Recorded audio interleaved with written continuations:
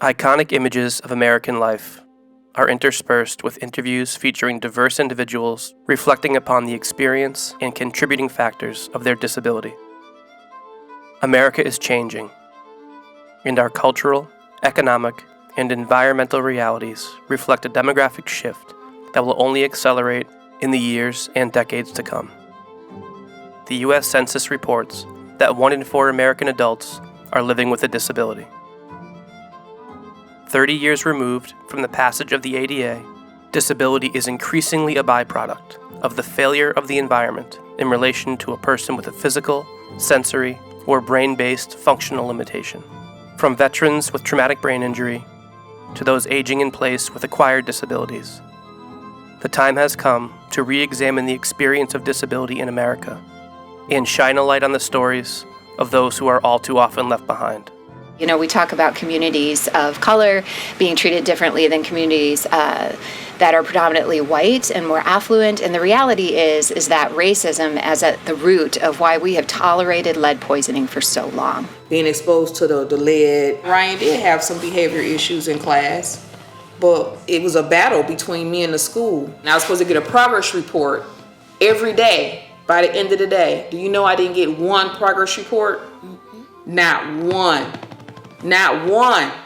But the teacher steady wrote him up. You got time to write him up, but you can't even follow a progress report that we all was in a meeting for? I don't understand that. So I'm going to take him home where I know he's going to be treated how he's supposed to be treated right. You know what I'm saying? So he's going to be at home.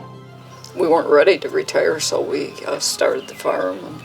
And the both of us worked after he passed away. Like I said, I sat and read and ate, and then I decided I better do something different. From there, I went to the Aging in Place group.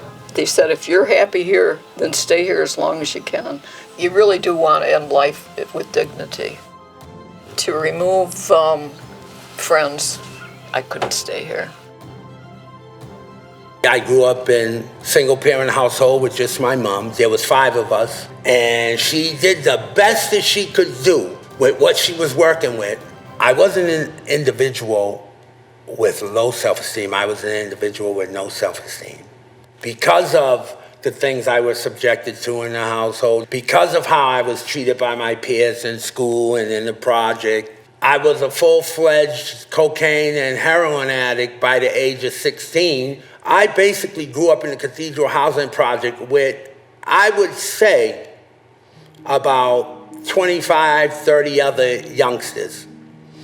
And I often wondered why that out of like the 30 of us, 25 of us ended up dual diagnosed. Lots of people with disabilities are incarcerated. And in fact, it seems to be how the system is set up to have people with disabilities incarcerated. In general, there's just not a lot of accessible programming for people. So if you're taking some sort of class, or you have a job, maybe the jail just says we don't give jobs to people with disabilities. We had a couple just say that. And so some folks come in with disabilities, some folks get disabilities while they're incarcerated. Disability and incarceration really go hand in hand. In terms of disability rates in jails and prisons in Washington, there isn't a lot of good data, and there isn't a lot of good data nationally either. I would say in general, I would estimate over 50% of people have some sort of chronic condition, visual impairment, who are hard of hearing, deaf, have significant mental health disabilities. Those things just aren't really captured that well in data, and I think that trend is true nationally too. And I had been a chronic homeless person for over 20 years. If I did get an apartment, we didn't have the apartment no longer than the first month's rent and security. By the second and third month, they was coming to put us out on the street.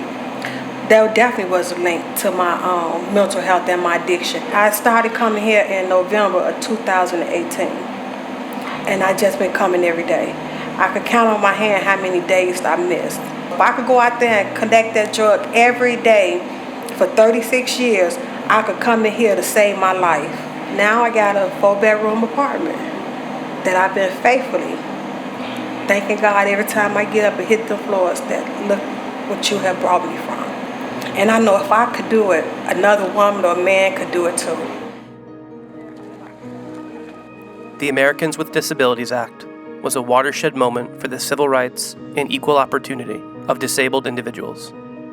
Yet 3 decades on, the changing reality of disability is upon us and reflects a moment that must be addressed with a renewed sense of urgency to deliver inclusion and opportunity.